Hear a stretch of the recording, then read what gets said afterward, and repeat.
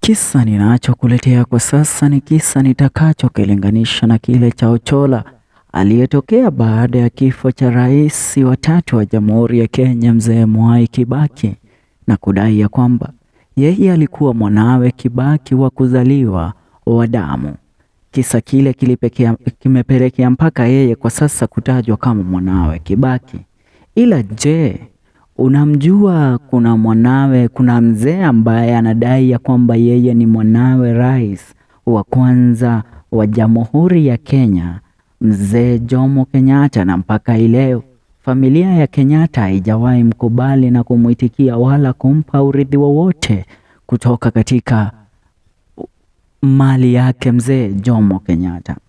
Jina lake ni Mzee Linguli ambaye alitokea mwaka wa 2019 akidai ya kwamba yeye ni mwanawe rais wa kwanza wa Jamhuri ya Kenya Mzee Jomo Kenyatta, na alihitaji ya kwamba jambo lile lipate kuthibitishwa na yeye kufanyiwa utafiti wa DNA ndipo iweze kugundulika ya kwamba yeye ni nduguye Uhuru, na yeye pia apate kupata share ya mali ya ya babake.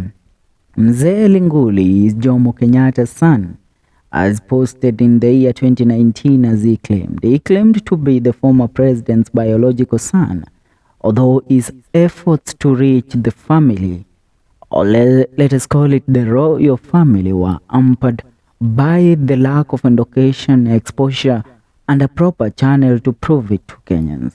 The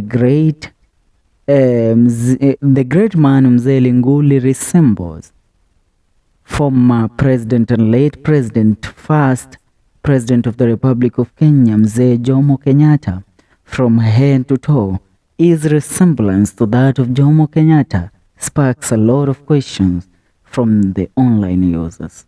Watu wengi walisema kwamba kijana huyo na mzee huyu alihitaji pia yeye kupewa urithi wa babake, na wengi wakasema alimfanana na kumwendana sana Kenyatta kuliko mtoto yoyote ambaye alizaliwa na Kenyatta. Je, wewe unasemaje kuhusiana na hili kulingana na picha hiyo ambayo unaitazama?